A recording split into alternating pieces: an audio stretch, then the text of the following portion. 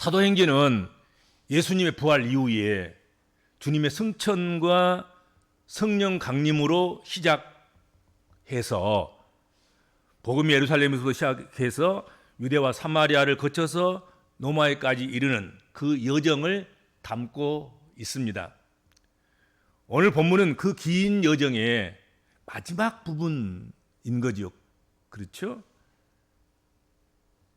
바울 사도는 드디어 꿈에도 소원이었던 로마에 입성하게 되었습니다. 로마에 들어왔습니다. 그러나 재판은 바로 이루어지지 않았습니다.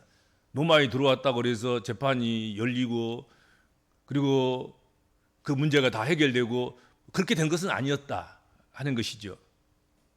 오늘 본문에 보면 온 이태를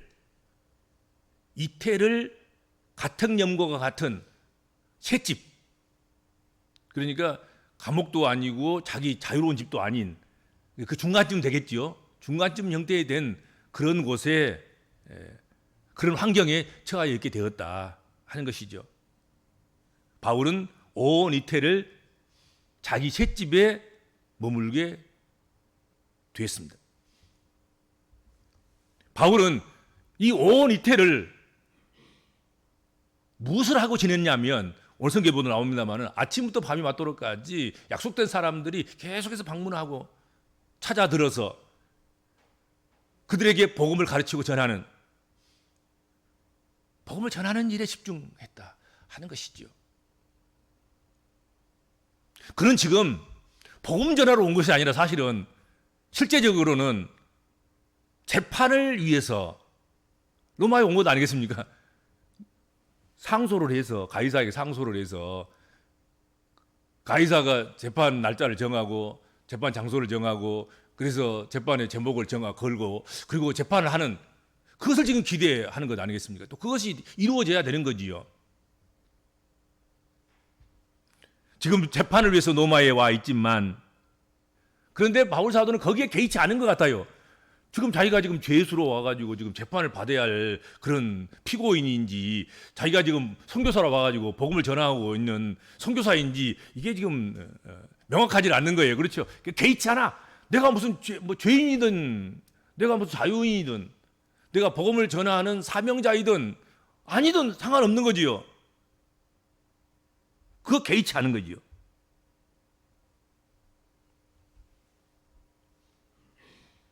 주된 일이 뒤바뀐 모습이기는 해요. 재판받으러 온 사람이지 복음 전하러 온 사람은 아닐 텐데 어떻든 지금 로마에 오는 순간부터 아침부터 밤이 맞도록까지 계속해서 촘촘히 스케줄이 시간적인 그런 어떤 약속들이 지금 계속 잡혀가지고 계속해서 지금 찾아오는 자들에게 복음을 전하고 이런 것 아니겠습니까? 하기야 그 환란을 거치면서 배를 함께 타고 오고 풍파를 함께 겪고 그리고 바울을 신뢰하던 그런 그 동료들이 한꺼번에 276명이 함께 같이 왔으니까 그들을 기반으로 하고 그리고 그 소문을 듣고 또 찾아오는 그런 사람들 이들에게 복음을 전하는 일이 그렇게 썩 여유롭거나 넉넉하거나 그러진 않았을 거란 말이죠. 그래서 아주 분주한 날을 보낸 거죠. 재판을 받으러 왔으니까 재판을 준비해야 되는데 법조문을 살펴보고 질문하면 어떻게 대답을 할 것인가 이런 거 맞춰보고 또 좋은 변호사를 구하고 이런 일들을 해야 되는데 그렇죠?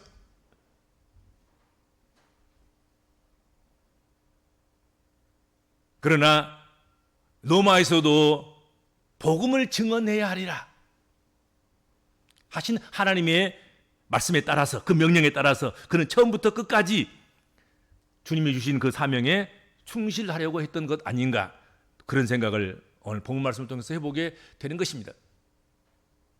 그러니까 어떻게 보면 재판받는 것조차도 하나의 복음 전하기 위한 수단에 불과한 것이고 방편에 불과한 것이다 그렇게 여긴 거라고 생각이 돼요. 그렇죠? 그것을 고리로 해서 그것을 핑계로 해서 그것 때문에 바울 사도가 로마까지 오게 했고, 로마에 이태 동안 재판이 안 열리고 있으니까 그 이태 동안을, 온 이태 동안을 복음 전하는 일에 충실하고 성실하게 복음 전하는 일을 할 수밖에 없도록 그렇게 하나님이 이끄신 것이 아닌가 하는 것이죠. 그렇죠?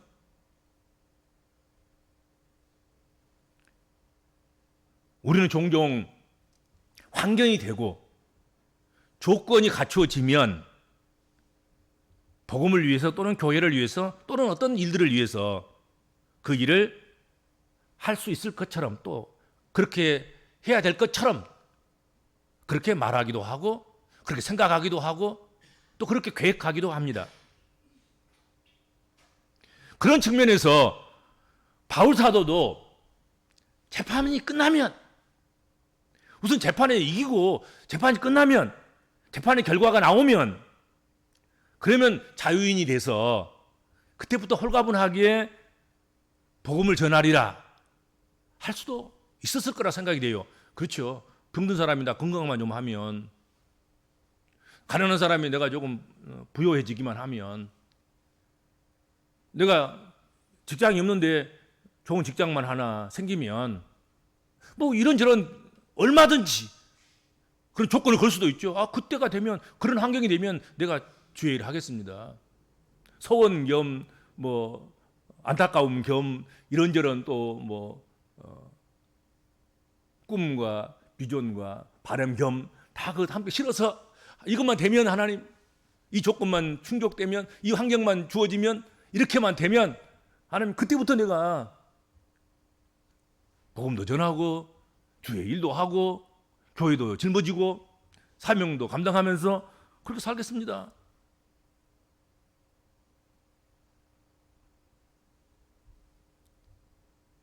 그렇게 할 수도 있죠. 하지만 오늘 사도행전을 마무리하면서 우리는 바울이 보여주는 그것은 그렇게 생각했던 우리의 생각들을 아주 내동댕이 치는, 그것이 아니라 하고 확실하게 선을 그어주는 그런 모습을 우리가 보게 된다 하는 것이죠. 바울은 메인 몸 그대로인 거지요. 갇힌 자 되었고, 그가 무엇을 하는가 지금 군인이 감시하는 감시자가 지금 붙어 있는 거예요. 재판은 언제 열릴지 몰라요.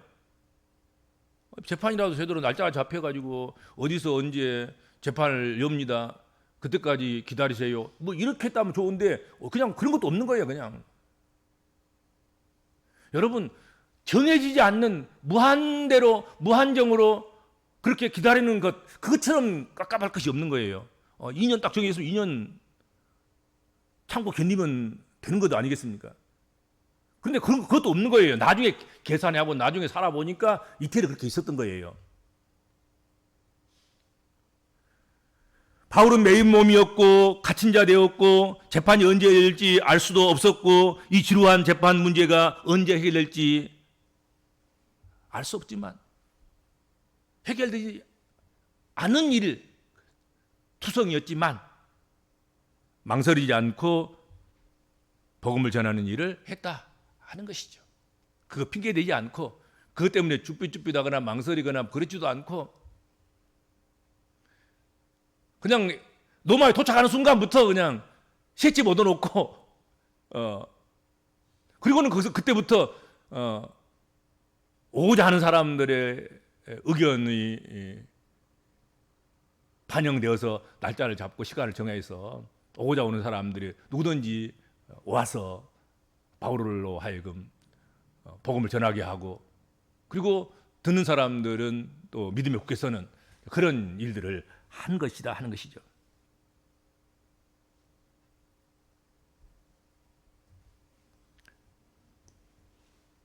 바울은 마치 갇혀 있지 않는 사람처럼 그렇게 사역을 했고 자유인인 것처럼 그렇게 살았고 그렇게 로마에서 이때를 그렇게 복음을 전하면서 생활했다 하는 것입니다. 갇혀 있는 때도 결코 시간을 허비하는 그런 바울이 아니었다는 거지요. 그건 갇혀 있어도 자신의 삶이 진행되는 것이고 갇힌 삶 자체도 삶의 일부분이고 중요한 시간들인 거지요. 여러분 그렇지 않습니까? 우리가 하고자 하는 일들을 하고 있을 때도 우리가 인생을 사는 것이고 우리가 하고자 하는 일을 하지 못하고 엉거주춤 그리고 힘들게 살아가는 그 시간도 내 인생의 한 일부분인 거예요. 지금 시간을 가고 있는 것이고 인생을 가고 있는 것이고 그렇죠.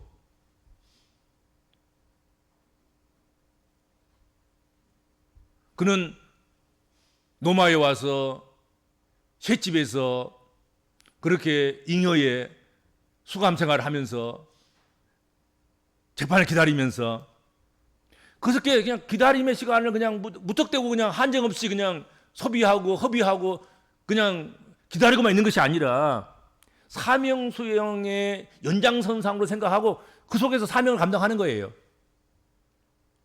갇혀 있을 때나 안 갇혀 있을 때나 상관없는 거죠. 재판 날짜가 정해지나 안 정해지나 상관없는 거지. 재판의 결과가 이렇게 날지 저렇게 날지 뒤집혀 엎어질지 그건 알 수가 없는 거예요. 그 상관없어요. 그 자체가 지금 재판을 기다리고 있는 자체가 바울의 인생 일부분인 거죠.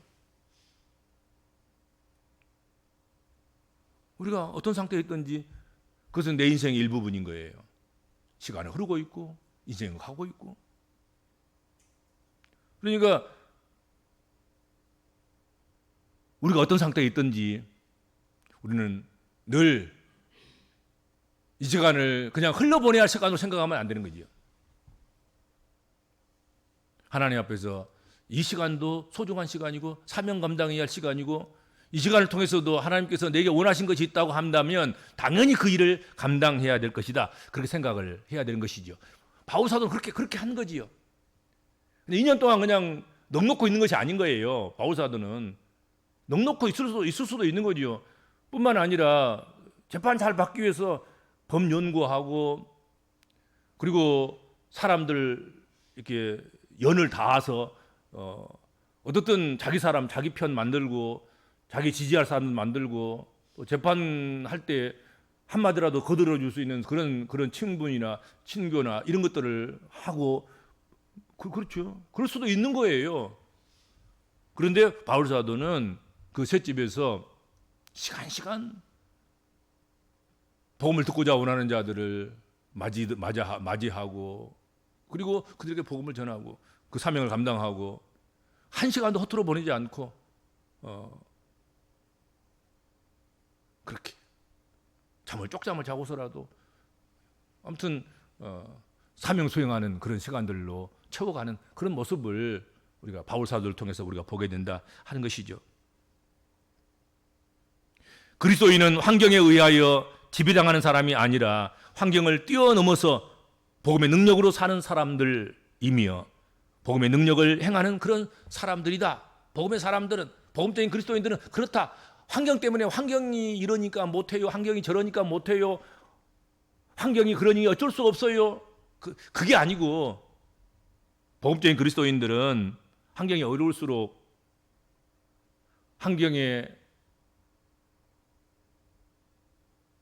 상황이 여러 가지로 변하고 혼돈이 많고 혼돈이 일어날지라도 그 환경을 뛰어넘어서 환경을 극복하고 그렇게 살아가는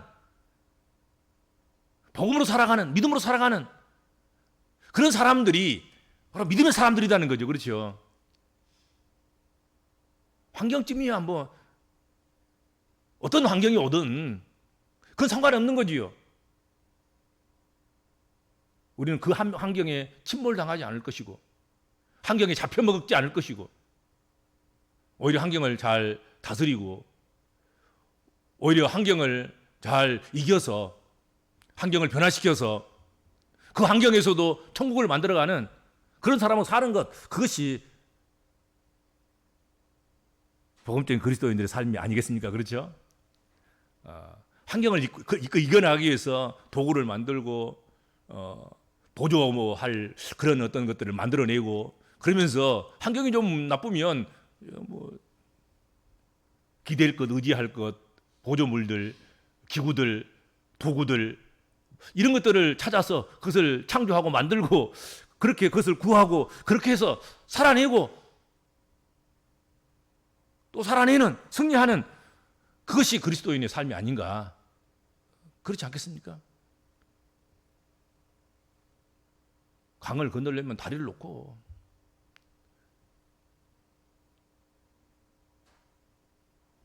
길이 없으면 길을 내고 다리에 힘이 없으면 지팡이 만들고 그렇게 살아가면 되는 것 아니겠습니까? 그렇게 살아가는 것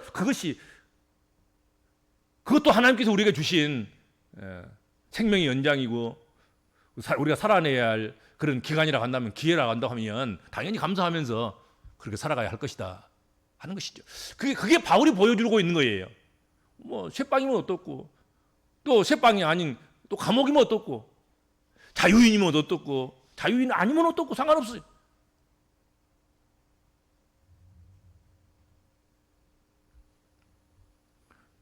바울이 담대하게 거침없이 복음을 전했습니다.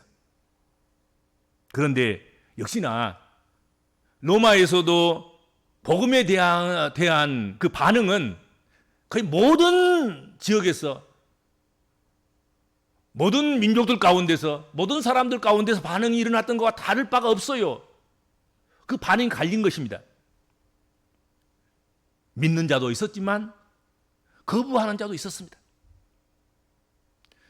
그럴 줄 알아야 되는 것입니다. 우리도 마찬가지예요.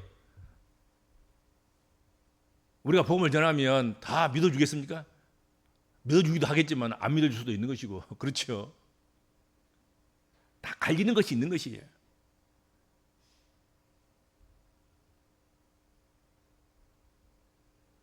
복음은 듣고 회개하고 믿는 사람들에게만 주어지거나 준비된 것이 아니라는 사실을 우리는 잊어서는 안 됩니다. 모두에게 선포되는 것이 복음이에요. 헬라인이나 야만인이나 지혜 있는 자나 어리석은 자에게나 종이나 자유인이나 누구에게나 모두를 대상으로 하고 있는 것, 그것이 복음 선포다. 그러니까 우리는 아무튼 담대하게 거침없이 복음을 전해야 되는 거예요. 어차피 반대할 사람이 있는 것이고 어차피 안 믿을 사람은 또 안 믿을 것이고 그 중에서도 하나님께서 기름 부어서 세우실 자들은 세우시는 것이고 그렇죠. 성령의 감동을 통해서 변화시킬 사람 변화시키는 것이고 그런 거잖아요. 바울이 가서 로마에 가서 복음을 전했는데도 불구하고 오늘 보면 딱 갈리잖아요. 믿는 사람도 있었지만 거절하고 거부하고 오히려 박해자가 되는 그런 사람들도 있었다 하는 것이죠. 그 중에서 거부하는 자들이 거부하게 된 것, 그것을 27절에서 우리에게 알려주고 있는데 뭐라고 말씀하고 있습니까? 이 백성들의 마음이 우둔하여졌어. 그 귀로는 둔하게 듣고 그 눈은 감았기 때문이다. 이 백성들의 마음이 우둔하기 때문에 우둔하여져서 귀로는 둔하게 듣고 그 눈은 떠야 되는데 눈은 감았기 때문에 제대로 보지도 못하고 듣지도 못하고 깨닫지도 못하고 알지 못하고 그렇게 바울이 전하는 그 복음을 그렇게도 귀하게 생명 걸고 와서 전해주는 그 복음을 수용하거나 받아들이거나 믿지 못한 그런 결과를 초래하게 됐다. 안타깝게 오늘 표현을 하고 있는 것이죠. 그렇죠? 바울은 그런 가운데서 오늘 본문 31절 마지막 절에 그것을 타자하지 아니하고 왜 너희가 마음이 우둔하느냐? 왜 귀로는 둔하여서 듣지 못하느냐?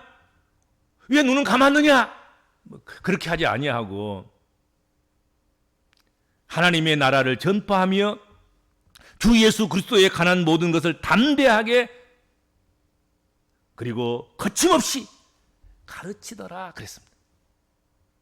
이거 하나하나 꼼꼼히 따지고 핑계대고 그러려면 여러분 한순간도 복음 전하는 일이나 가르치는 교수하는 것이나 전하는 것이나 이게 기쁨으로 할 수 없어요. 왜냐하면 어차피 갈리니까 듣는 사람도 있고 안 듣는 사람이 있고, 마음이 지혜로운 사람도 있고 마음이 미련스러운 사람도 있고, 둔하여져서 들어도 듣지 못하고 보아도 보지 못하는 사람이 있고, 지혜로워서 보면 알고 들으면 깨달아지는 그런 사람도 있고,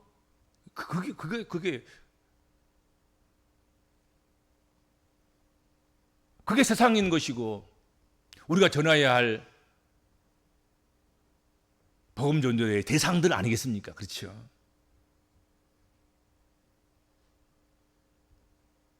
하나님의 나라를 전파하며 주 예수 그리스도에 관한 모든 것을 담대하게 거침없이 가르치더라. 이 말씀은 우리에게 끝이 아니라 새로운 출발을 요구하며 두려움 대신에 담대함과 거침없음으로 살아가기를 초대하고 있다. 이거 끝이야. 끝장내야지. 이거 더 이상 뭐 기대할 것이 없어. 소망을 가질 것이 없어. 이거 안 돼. 이러면 안 되는 거야. 하고 그냥 포기하고 돌아서고, 그러지 말라는 것 아니겠습니까? 그렇지 않아요? 바울 사도가 그러려고 하면 이미 벌써 끝장 내본 거야. 벌써. 이것은 이래서 안 되고 저것은 저래서 안 되고, 이래서 더 복음을 전할 수 없고 저래서 복음을 전할 수 없고, 이러니 기분 나쁘고 저러니 기분 나쁘지, 안 돼! 뭐 이럴 수도 있는 건데, 바울 사도는 그렇게 하지 않은 거란 말이죠. 오히려 그때마다 새로운 출발을 하는 거예요.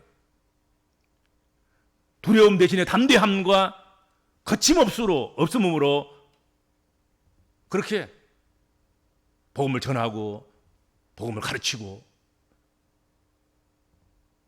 그렇게 살았다 하는 것이죠. 그렇죠? 여기 담대하게라는 이 말, 담대하게라는 이 단어가 파레시아라는 말인데, 두려움 없이 확신하며 자유롭게 말하는 것을 말합니다. 두려움 없이 확신하면서 자유스럽게 말하는 것이죠. 바울은 자신의 생명, 자신의 평판, 안전보다도 복음의 진리를 말하는 것을 우선시했습니다. 그냥 두려움 없어요. 생명 때문에 조심한 것도 웃고, 남 눈치 봐서 막 조심조심 그럴 것도 웃고, 담대하게 두려움 없이 확신에 차서 자유롭게 말하는 거예요. 자유롭게. 하나님이 내 생명, 하나님이 책임지시지 사람이 책임지느냐, 그런 마음인 거죠. 그런 마음. 또 그걸 경험해 왔고, 지금까지 바울 사도가 사도행전을 통해서 주의 일을 할 때 그렇게 해왔고, 또 마지막 로마까지 오면서 겪었던 그런 많은 풍파와 환난과 그런 일들을 겪으면서 그걸 경험했고, 지금도 로마의 셋방에 앉아서 그걸 지금 경험하고 있는 거예요. 그렇죠? 담대하게 한 거지, 담대하게. 우리가 복음을 전할 때 두려움과 마주합니다. 우리가 예수를 믿을 때 두려움과 마주합니다. 내가 이렇게 예수를 믿어버리면, 내가 이렇게 미친 것 같은 예수를 믿으면 그때부터 두려움이 시작되는 거예요. 이러면 내가 염려가 생기는 거잖아요. 누가 나를 미워할 수도 있을 텐데, 또 내가 가는 길은 세상적인 길인데 내가 믿음으로만 살아버리면 세상적인 이런 것들과 담을 쌓기 때문에 연이 끊어진 건 아닌가, 또 방해물이 생긴 건 아닌가, 또 살아가는데 이게 걸거리거리는 그런 것이 되지 않을까 하는 그런 두려움들, 미움을 살까, 어떤 해코지할 대상자가 되지 않을까, 내가 어떤 표적이 되지 않을까, 사단의 표적, 세상의 표적, 기독교를 혐오하는 사람들의 표적이 되지 않을까 하는 두려움. 정말로 구별된 그런 믿음의 삶을 살아가려고 하면 그런 거 있을 거예요. 아마도 두려움이 있을 거예요. 사람들의 시선, 거절당함, 불편함, 이런 것들이 얼마든지 있을 수 있습니다. 그러나 바울처럼 우리는 담대해야 할 것입니다.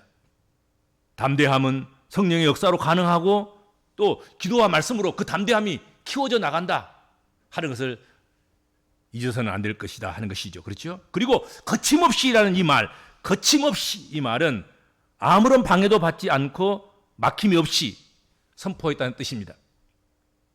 바울이 복음을 전할 때 사람들의 반응이나 상황에 따라서 말을 줄이거나 말을 비틀거나 그러지 아니했습니다. 핵심을 흐리지 않았습니다. 거침없이 한다는 게 이러면 쉬운 일이 아니에요. 이러면 누구하고 좀 이게 연결되겠는데 이거 좀 비틀어서 조금 부드럽게 하지 않으면 이것도 좀 문제가 생기겠는데 이것을 그대로 있는 그대로를 전달하면 또 이것이 좀 문제가 될 것 같은데 좀 90% 정도 감할까? 아니면 한 50%만 할까? 아니면 더 그냥 푹 누그러뜨려서 한 10%만 할까? 사실 그런 마음이 없지 않아 있어요. 그렇지 않겠습니까? 어떤 사건에 대해서 잘못에 대해서 지적하려고 할 때 이것을 얼마나 강도로 할 것인가? 근데 바울 사도는 거침없이 어떻게 100%한 거예요. 100%. 이게 문제가 생길 것이다. 이거 꼬일 것이다. 이거 뒤처리 어떻게 하지? 그러다 보면 여러분 안 되는 거예요. 못 하는 거예요. 바울 사도는 거침없이 한 거예요. 거침없이. 담대하게 거침없이. 뒷수습은 하나님이 하시옵소서. 나는 그냥 사고 맞추고 다닙니다. 뭐 그런 식인 거예요. 그냥. 그죠? 그렇죠. 또 그렇게 해도 하나님께서 바울사도의 진심을 아시기 때문에 하나님께서 수습을 하신 거죠. 또 수습을 해 주신 거죠. 그리고 회중들도 바울사도의 진심을 알기 때문에 거침없이 하도 담대하게 해도 오해가 가지 않은 거죠. 어떻든 핵심을 흐리지 않고 그냥 비틀어서 그냥 이상하게 만들지 않고 있는 그대로를 아주 거침없이 가르치고 선포했다 하는 것이죠. 우리의 삶은 때때로 막힘과 장애물들로 가득합니다. 그러나 복음은 그 모든 것을 뚫고 나가는 힘입니다. 성도들과 교회는 세상의 반대 속에서도 거침없이 사랑하고 거침없이 섬기고 거침없이 전하는 그런 사람들이 되어야 할 것입니다. 누가가 기록한 누가복음 후서인 사도행전은 이렇게 28장으로 끝이 납니다. 그러나 여전히 사도행전은 멈추지 않고 진행되어 왔고 현재도 진행 중에 있고 앞으로도 계속해서 진행될 것이다 하는 것입니다. 사도행전의 시작이 어떻게 시작됩니까? 예수가 죽고 예루살렘 피가 흥건히 지금 적셔져 있고 그 다음 차례는 누구 있는가? 누가 또 희생당하고 누가 또 핍박을 당할 것인가? 이런 상태이지 않겠습니까? 그러니까 사도행전 시작이 막 될 때 그때는 예수께서 부활하셨다고 그러나 확실히 믿는 자가 적고 오히려 의심하는 그런 분위기 속에서 내리막길을 걸어가고 있는 거예요. 내리막길을.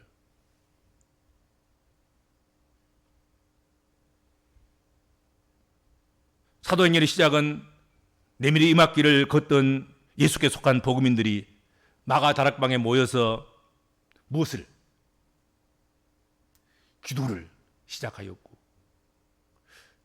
그리고 약속의 말씀을 의지했고 성령을 기다렸고 그러면서 다시 내리막길로 가던 그들이 한 걸음 한 걸음 오르막길로 걸어 올라가는 그 역사부터 사도행전이 시작되고 있는 것입니다. 그렇죠? 그냥 한숨만 쉬고 낙담할 수밖에 없고 그런 가운데서 예수께서 약속하신 말씀을 부여잡고 마가다락방에 모이고 그래서 거기서 울부짖고 간구하고 부르짖고 약속의 성령을 기다리면서 간청하고 그랬을 때 하나님께서 주의 영을 부어주시고 그렇죠.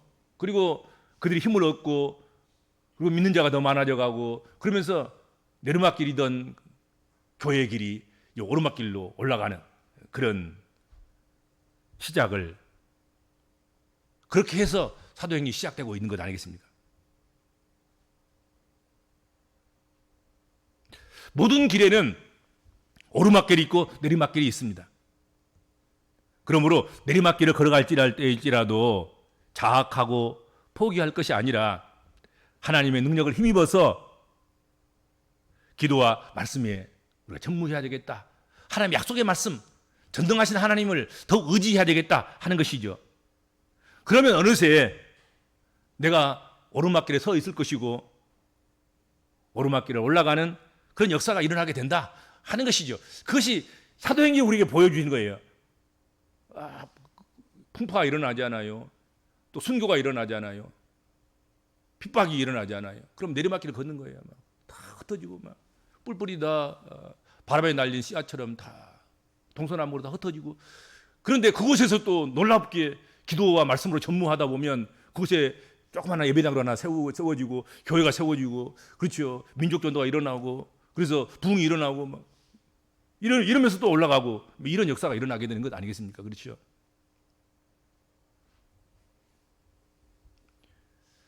지금 한국 교회는 내리막길을 걷는 것처럼 평가받고 그렇게 취급당하고 있는 측면이 있습니다. 그렇다고 여러분 기독교가 유통기간이 끝난 게 아니에요. 성경이 유통기간이 끝난 게 아니에요. 성경은 유통기간이 없어요. 기도는 유통기간이 없어요. 언제까지는 되고 언제까지는 안 되고 언제까지는 되고 언제까지는 안 되니까 버려야 되고 그게 없어요. 그냥 잠깐 주춤할 뿐이고 잠깐 내려갔다가 또 엑셀을 밟아서 힘을 내서 또 올라갈 그런 지금 기회를 찾는 것이고 또 그런 기회를 만나면 또 올라가는 것이고 뭐 그런 것이지.